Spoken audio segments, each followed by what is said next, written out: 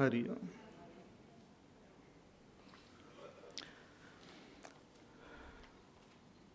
So Bhagavan taught the path of meditation to Arjuna. Meditation is paying spontaneous attention to our own self. See, the speciality of the senses are to perceive, the speciality of our mind is to feel, of the intellect is to think and judge and comprehend. But our self, the expression of self, the subtlest expression of self is in the form of awareness. Awareness is not an action, not a thought, not a feeling. It's something which transcends all this. That awareness is present even in deep sleep state. It is present in dream, it's present in waking. So to direct that awareness towards itself, to be self-aware, is what we mean by meditation. But for that, the quietude of the mind is required. So we have to quieten the mind by making it pure through following the sadhana of karma, yoga, upasana, jnana and all. The mind becomes quiet, then one can meditate on the self. Arjuna had a doubt that mind is very difficult to quieten and it's very restless, and to control it is like controlling the breeze, air. So Bhagavan says, yes, no doubt, but there is a technique, and that technique is abhyas and vairagya. By constant practice of quietening the mind and by developing vairagya, we can control the mind. And once the mind is controlled, we can easily meditate on our own self. So this one has to follow, pursue with all dedication and sincerity the path of abhyas and vairagya. Now, Arjuna asked another question, which we read yesterday. Suppose there is a person who is very sincere, but who has not put forth all the effort required, or before he could complete the task, he died. Ayati shraddhayo peta. Ayati means alpayati means who has not put forth complete effort, but who is endowed with shraddha. And if such a person's mind gets deviated, mind gets distracted, before attaining the supreme goal of turiya avastha, of that samadhi, of self-realization, aprapya yoga samsiddhim, kam gatim Krishna gacchati. Hey Krishna, what is his gati? What is his condition then? What does he attain? Because such a person has given up all karma marga, and he is sincerely pursuing this dhyana marga, but he has not attained the goal. So what happens to him?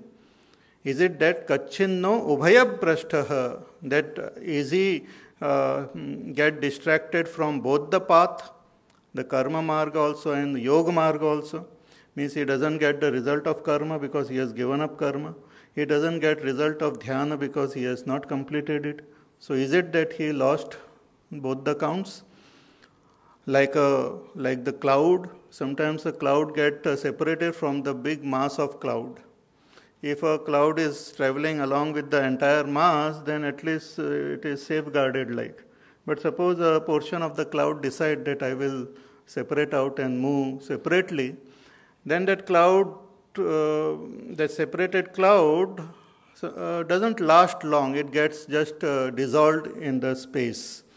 So if it was with the mass of cloud, maybe it would have survived. Similarly, a yogi detaches himself from the world and walks this path sincerely, dedicatedly, but he doesn't reach the goal. So is it that he gets lost? Is it that he gets destroyed?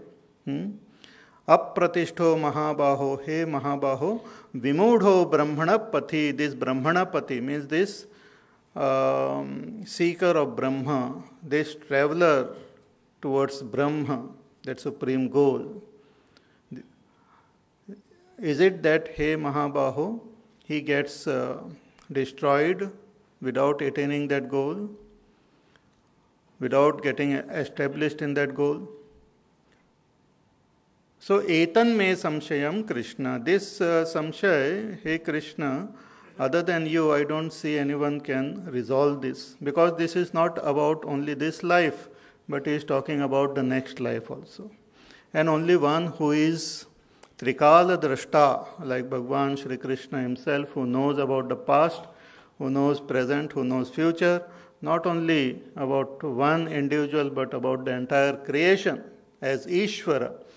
So other than Ishvara, who else can talk about it? Actually, a lot of debates happen in this world also. We keep on talking about rebirth and so many things. And each one have got their own theory.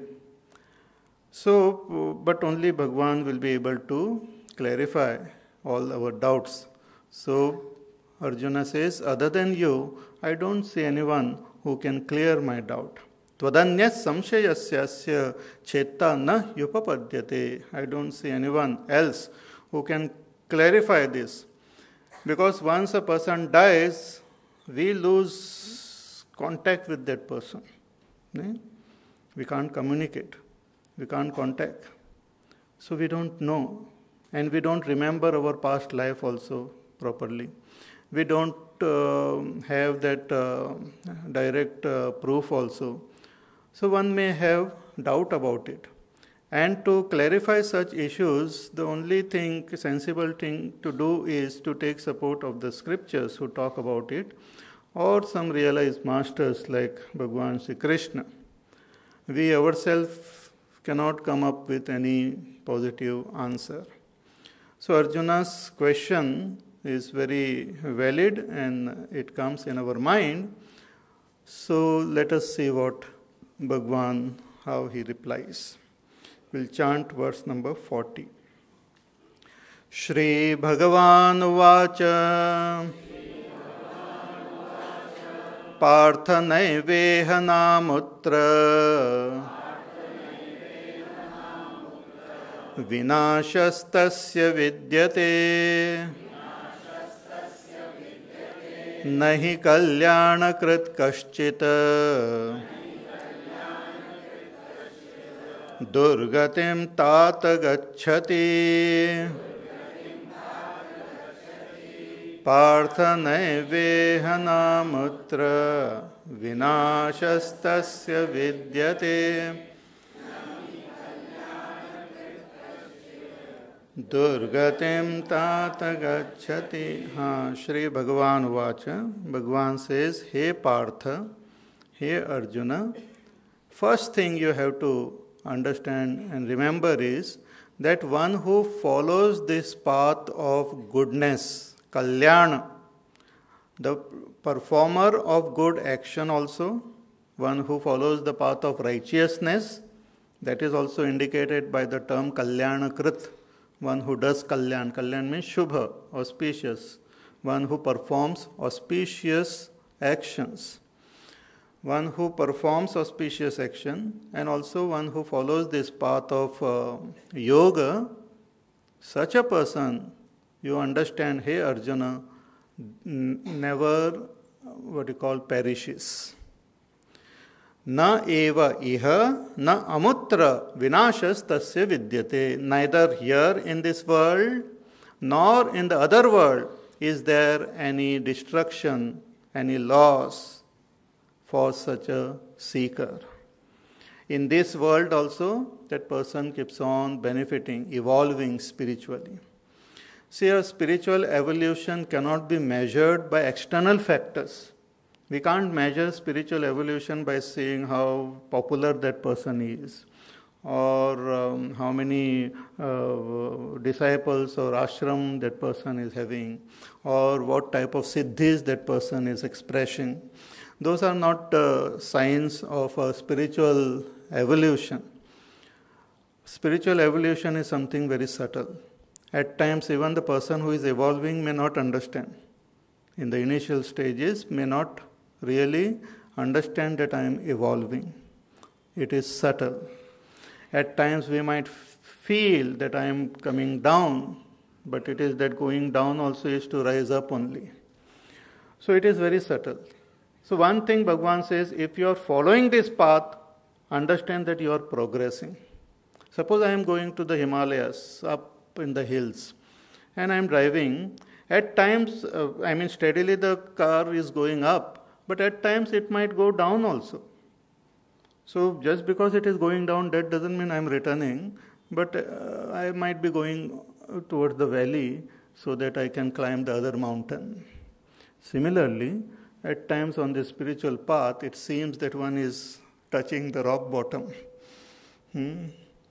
But it might be just to climb another mountain. Maybe that rock bottom is required. Maybe some sorrow, some pain, some dejection, some setback is required for the onward journey. Because more than happiness, sorrow becomes helpful. I am not saying that we should become sorrowful purposely, but more than happiness, sometimes sorrow, difficulty helps a person to evolve much faster. Because when a person becomes happy by the outer situation, conditional happiness, I am saying conditional happiness and conditional unhappiness. Conditional happiness makes us extrovert because we are paying attention to that condition then. And we try to fulfill those conditions or maintain those conditions. But if our unhappiness is because of external, we become introvert. We go deep within. So at times, the sorrow, pain, dejection, distraction may be helpful on our path. So Bhagavan is telling Arjuna that just remember this very clearly, that one who follows this path of goodness doesn't get destroyed.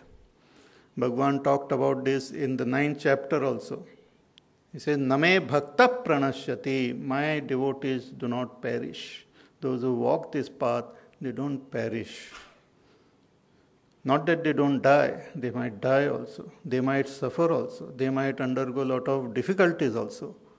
But they keep on evolving through it. Sometimes like gold, it has to be heated to make it more pure. So, he Partha, na eva iha, na amutra vinashastasya vidyate, nahi kalyanakrit kaschita durgatim tatha gacchati. They don't go on a durgati. Durgati means there is no fall for them. They don't perish in any way. They keep on evolving only. Therefore, a person who follows sincerely the path of spirituality, there is more chance of that person, if he doesn't attain the final goal, more chance of that person again getting human birth only. But if one doesn't follow, there are a lot of other options are there. We have to just tick the mark when we reach the buffalo, giraffe, ye, wo. Take any of the following, Bhagavan says, and there is no human being mentioned there. So that is quite possible. So this is one thing Bhagavan says, you remember, hey Arjuna. Now, exactly what happens to the yogi who is perceiving this path? What happens after his death? That Bhagavan now explains in the following verses. He says, Prapya punyakratan lokan ushitva shashvati samaha shuchinam shrimatam gehe yoga bhrashto bhijayate prapya punyakratan lokan ushitva shashvati samaha shuchinam shrimatam gehe yoga. Such a person is called yoga bhrashta, who is following that path but doesn't attain that goal, and get distracted or dies is called yoga bhrashtaha. And Bhagavan says when he dies, then he attains that loka prapya punya kritan lokan. He attains that world, heavenly world or other world, which is attained by those who acquire great punya. See, in the scriptures they have said that you perform these actions and all, you will acquire a lot of punya, lot of merits. But for a yogi, it is not mentioned that if you do this sadhana, you will acquire punya. There is no language of punya and papa. So, but here Bhagavan says, when he dies, he attains that world which is attained by those who acquire punya.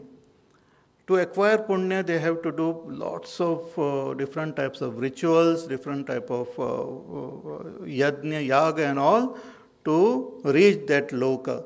But this yogi, after his death, he reaches that loka and there he remains in that loka for a long time. Ushitva shashvati samaha. For many, many years, or for a long time, the person stays in that loka, enjoying the pleasures of that world.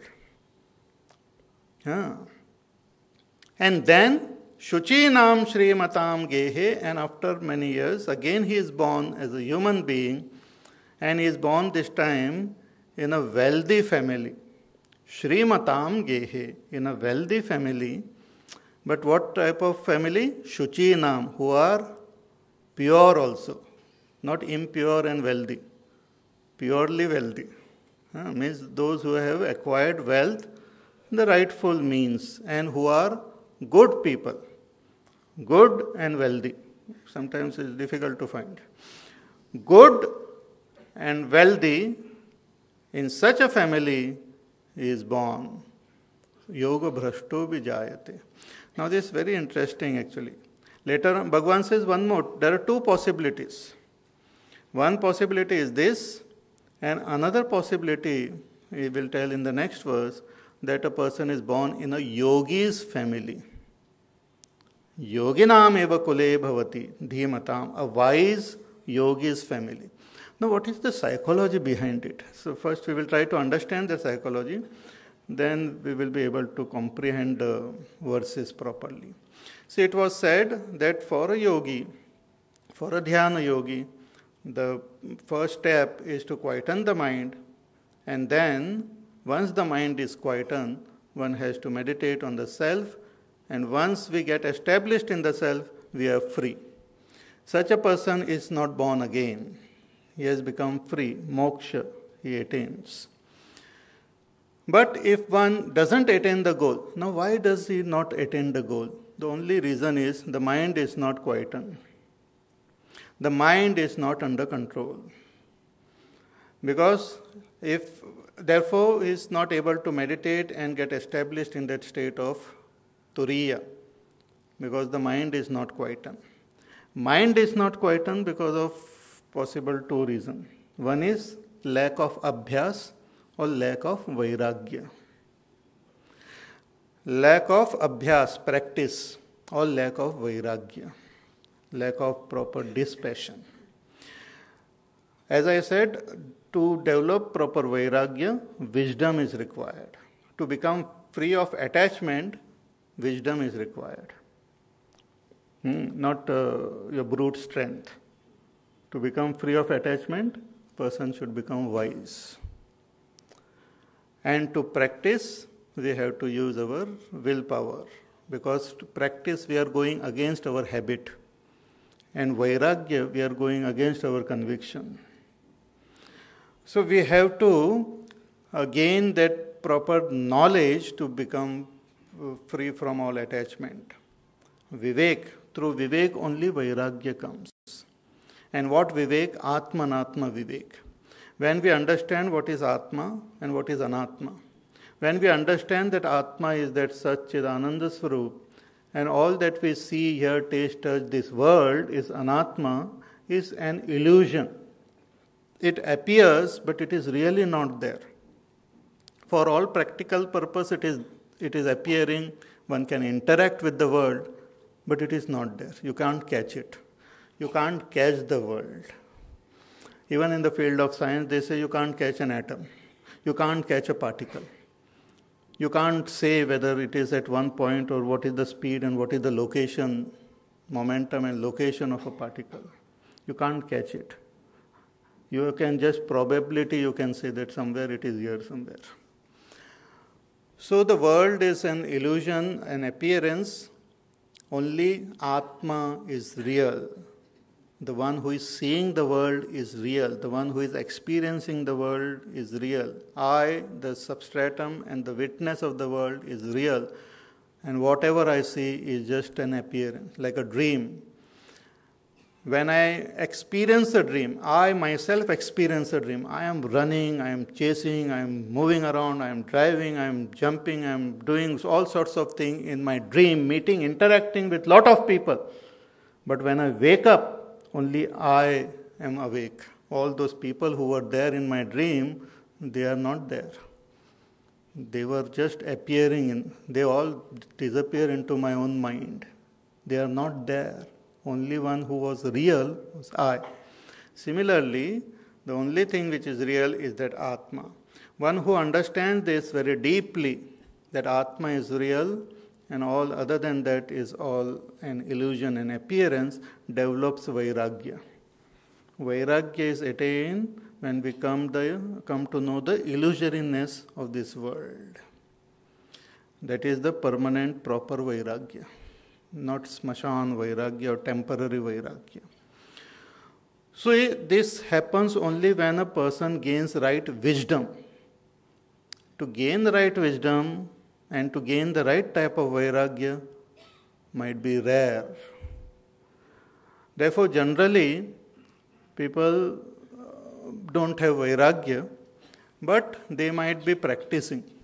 One may practice, have some little knowledge, have some little Vairagya, and keep on practicing. Many times people, they just talk about practice. You just tell me when to get up and where to sit and how to breathe and how to do this, and keep on practicing. And very sincerely for a long time. So those people who have practiced but whose Vairagya is lacking, such person, Bhagavan says, go to Swargalok or other lok. Why? So that they can exhaust their desires. Out of goodness, out of kindness, Bhagavan says, I am sending them there as though to exhaust. It's like a person says that, oh, I can't, I want to, before I meditate, I want a cup of coffee. Otherwise, I won't be able to meditate. And he is very agitated and all. So if you just give him that cup of coffee, then he, chalo, abhi ho gaya, now I can meditate. Similarly, Bhagavan says, this fellow has got all these desires in his mind, let him go to Swargalok, and there let him enjoy whatever he has got in his mind. And then again he is born, such a person is born. I am just referring him as he, can be she also, nothing to do with the gender. But my habit is now to use the word he. So he is born again as a human being, and this time that person is born in a rich family, so that he has got all the facility to experience whatever remaining desires are also there. Facility is there. Because there are certain desires which can be experienced only as a human being. So Bhagavan makes sure that he is born in a good family, affluent family, where all his desires can be fulfilled easily. And but a family which is good, because Bhagavan doesn't want this yogi to get spoiled. He takes care of all these seekers as the parents take care of their children. So he says that he is born in a Shuchinam Shrimatam Gehi, not Gadbad Shrimatam, not those who have some all jolly money in Swiss bank and all those things, and do all sorts of gadbad and all. Not like that, because this yogi will become bhogi only then, or rogi. So Shuchinam, pure and rich. Yoga Bhrashto Bhijayate. That is one possibility. So what about those who are following this path? They have enough vairagya, means they have enough wisdom in them. But whatever be the reason, they could not practice for a long time to quieten the mind. See, both the things are required, as I said, abhyas and vairagya. So vairagya they had, but abhyas was not complete. So such people, what happens to them when they die? Bhagavan explains in the next verse. Athava yoginam eva kule bhavati dhimatam etad hidulhabhataram loke janma yadidrisham अथवा योगिनाम एव कुले भवति धीमताम एतद् हि दुर्लभतरम लोके जन्म यदीदृशम्. अथवा means or. See, these two possibilities are there. Or Bhagavan says, yoga bhrashta, he is born in a yogis family. He doesn't go to Swarga Loka and other lokas because there are no desires left. He has got enough vairagya, so there is no desire in the mind. If there is no desire in the mind, to send such a person to Swarga and all is not required. Nee? He doesn't have any desire. Kuch nahi, he doesn't want all those dance, drama, music and all those gulab jamuns of Swargalok or Apsaras and all. He just wants to, because the vairagya is there. But only the practice was not completed. So Bhagavan says that this person is born immediately in a yogi's family. Without wasting much time in Swargalok. Otherwise that other person, he stays in Swargalok for a long time and then he is born again. But here he is born immediately. Athava yoginam eva kule bhavati dhimatam. But what yogis? Yogis who are dhimatam, buddhimatam, who are wise yogis. Not buddhu yogis, wise yogis. See, even yogis, what you call the parents are yogis in the sense following this path very sincerely. And but they are also householders, grahasthis. So in their family, this yogi is born. And we find such in stories also. Very famous story I remember is of Sant Naneshwar Maharaj. Great personality. His father had was married and all in the sense, he was married, no children were born. But he was interested in the spiritual path and all. So one day he just went to one teacher and took sannyas. The wife was at home. She did not know. He just went because that intense desire was there.